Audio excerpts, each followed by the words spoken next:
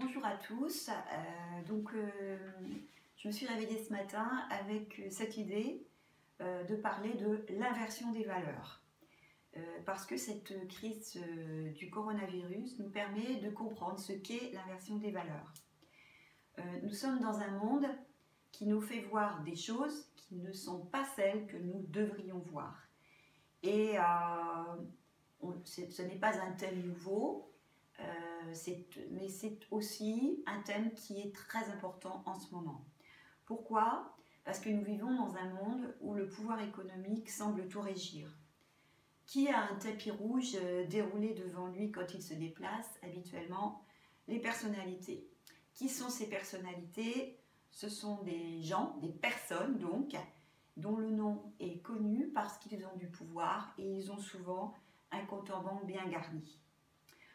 Or, que dit Jésus? Qu'apprend-on de la vie de Jésus? Qu'il est né dans une famille pauvre, qu'il a été un petit enfant.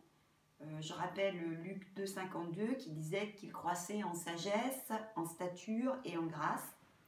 Qu'il a pris le temps de grandir dans notre temps humain, dans son époque, l'époque de la colonisation romaine de la Palestine. Dans ce temps-là, un roi qui recevait une apparente dévotion de ses sujets, qui était en fait sans doute terrifié par lui, envoya tuer tous les enfants de moins de 2 ans. Matthieu 2,16 rapporte cet épisode.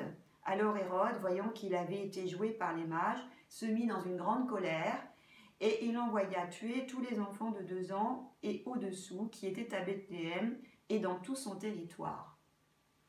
C'est le même Hérode qui, parce qu'il avait promis à sa belle-fille de lui donner tout ce qu'elle voulait, fait décapiter Jean-Baptiste, le cousin de Jésus qui baptise dans le Jourdain. Marc 6, 14, 29 explique cet épisode.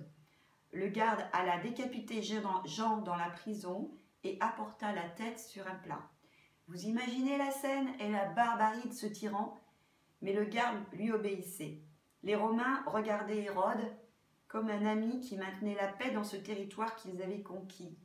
Lui, Hérode, il avait tout et il avait tout pouvoir. Même le haut de la hiérarchie des prêtres, le Sanhédrin, collaborait avec les Romains. Le Sanhédrin était composé de 71 sages, experts en loi juive. Ils avaient un pouvoir législatif et judiciaire. Luc 22, 66 et les versets suivants nous racontent comment Jésus fut condamné à mort parce qu'il ne réfuta pas l'accusation qu'il était fils de Dieu. Donc, voilà le point où je veux en venir. Les puissants et les riches sont reconnus et adulés, ils ont les pouvoirs et les richesses. C'est ce que nous constatons tous les jours. Or, voici ce que nous montre le coronavirus, qui fait tourner le pays. Certes, nos autorités ont un rôle de chef d'orchestre et nous devons prier pour elles afin qu'elles soient bien inspirées et qu'elles prennent les bonnes décisions. Mais tout à coup, chaque soir, dans les grandes villes, à 20h, il y a des concerts et des remerciements pour les soignants. On se met à célébrer d'un seul coup tous ceux qui continuent à travailler. Les médecins, les infirmiers, mais aussi les aides-soignants, mais aussi ceux qui font du télétravail, mais aussi ceux qui contribuent à rendre la vie possible. Les maraîchers, les agriculteurs, les caristes, les préparateurs de commandes dans les centres de logistique, les livreurs, les caissières, les femmes de ménage dans les EHPAD, et j'en oublie. Voilà les tout petits, ceux qui n'ont pas de tapis rouge déroulé devant eux, les humbles, les besogneux, ceux qui ont souvent des problèmes de fin de mois, qui connaissent non pas le rouge sur les tapis qu'on déroule, mais le rouge de l'encre sur leur relevé de compte. Bref, voilà ceux qui sont devenus les vrais héros du jour. Quant aux grands de ce monde, certains sont sans doute exemplaires, mais d'autres, et souvent ceux qui, comme Hérode, prennent des décisions parce qu'ils sont en colère. Je rappelle la parole de Matthieu. Parce qu'ils sont en colère ou parce qu'ils ont décidé un point, c'est tout. Tout à coup, qui disent de concert, quoi qu'il en coûte, nous allons soutenir l'économie. Des années que nos hospitaliers déclaraient qu'ils n'en pouvaient plus, qu'ils étaient en grève pour l'hôpital, qu'ils voulaient des moyens et qu'en face on leur disait « Non, c'est pas possible, vous comprenez, les déficits, il ne faut pas de déficit. Le secteur public, c'est comme le secteur privé, il doit être rentable. » Et là, parce que le coronavirus frappe et tue, on trouve de l'argent. Le G20 a décidé hier ou avant-hier d'injecter 5 000 milliards dans l'économie mondiale. 5 000 milliards. J'ai essayé de l'écrire en chiffres. Je crois qu'il y a 12 zéros après le 5. Ça en fait des zéros, ça fait de l'argent. Et ça donne le vertige. Et puis regardez la situation dans les villes. Les villes sont l'avenir de l'humanité. Voilà ce qu'écrivait il y a quelques mois un rapport de l'OCDE. Les villes sont des centres de productivité et d'innovation, des fournisseurs de produits et de services pour leur zone, et elles jouent un rôle crucial en fournissant des compétences et en créant une efficacité environnementale pour la croissance durable et inclusive.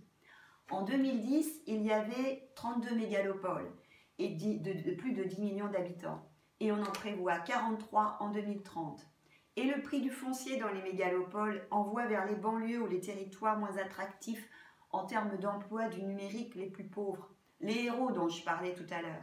À Paris, s'acheter un studio de 20 mètres carrés, c'est plus de 250 000 €. À Thouars, dans ma petite ville, aucun d'entre nous n'a une maison assez grande et assez belle, un jardin aussi beau ou aussi grand soit-il, qui vaille 250 000 €. Tout simplement parce que personne ne voudrait payer, ne voudrait acheter une maison de ce prix-là. Et tout d'un coup, qu'apprend-on? Que les Parisiens qui l'ont pu se sont vite sauvés à la campagne, parce que vivre dans un tout petit appartement, c'est juste pas possible. Eh bien voilà ce que Dieu nous enseigne. Nous vivons tous, et moi y compris, avec de la poudre dans les yeux. Nous regardons tous avec plus ou moins d'envie ceux qui sont riches et puissants, et qui vivent dans des endroits fabuleux et pour lesquels on déroule des tapis rouges épais comme tout. Ils ont à leur solde des gens qui les servent sans se poser de questions, parce que juste c'est bien de les servir, parce que faire partie du personnel de Monsieur X ou Madame Y, connu de tous et reconnu de tous, ça fait du bien à l'ego, parce que comme si leur notoriété était contagieuse. Mais notre roi, sa notoriété, c'est pas du pipeau. Il n'est pas un instrumentiste qui jouerait un air si populaire que tout le monde danserait dessus. Je ne vais pas citer des gens qui gagnent des millions et des millions avec leurs chansons qui font le tour de la planète. Non, notre roi, il ne déroule pas des tapis rouges devant nous. Il nous dit juste que ce monde-ci n'est pas facile, mais que l'autre sera beau comme on ne peut pas l'imaginer. Et pour toujours, et uniquement pour ceux qui auront cru en lui et fait ce qu'il nous a demandé de faire. Relisez Apocalypse 21-22 avec la description de la Nouvelle Jérusalem. En attendant ce temps, il nous dit quoi? Il nous dit qu'il est avec nous. Il est avec nous chaque jour avec sa parole et avec son Saint-Esprit. Donc non, le coronavirus, c'est pas un bien. C'est un virus qui tue et qui fait souffrir, qui atteint les plus vulnérables, même si les puissants sont aussi atteints par lui. Regardez le prince Charles. Mais le coronavirus nous remet les idées en place. Chaque homme naît de la même manière. Il mourra, pas forcément de la même manière, parce que selon l'endroit où il vit, ses souffrances seront atténuées, mais chaque homme mourra. La différence, c'est pour ceux qui ont la foi en Jésus-Christ et qui ont la chance de savoir qu'ils peuvent ici-bas faire tout ce qu'ils peuvent pour les autres, à leur niveau, pour aider leurs contemporains, et qui savent aussi où ils vont après, pour l'éternité, une fois qu'ils seront morts. Avec le coronavirus, Dieu nous remet les idées en place. Quelle est notre place? Sommes-nous seulement des héros du quotidien ou des héros pour notre Dieu? C'est la réponse à cette question qui est fondamentale, essentielle. Je rappelle que l'intitulé de ma vidéo, c'est « L'inversion des valeurs ». Où sont nos vraies valeurs? Mon frère, ma sœur, nous les connaissons en Jésus-Christ. Soyons donc des artisans de paix et d'amour sur cette terre et des résistants aux idées qui circulent trop souvent dans ce monde. Oui, vraiment, voyons ce qu'est l'inversion des valeurs. Amen.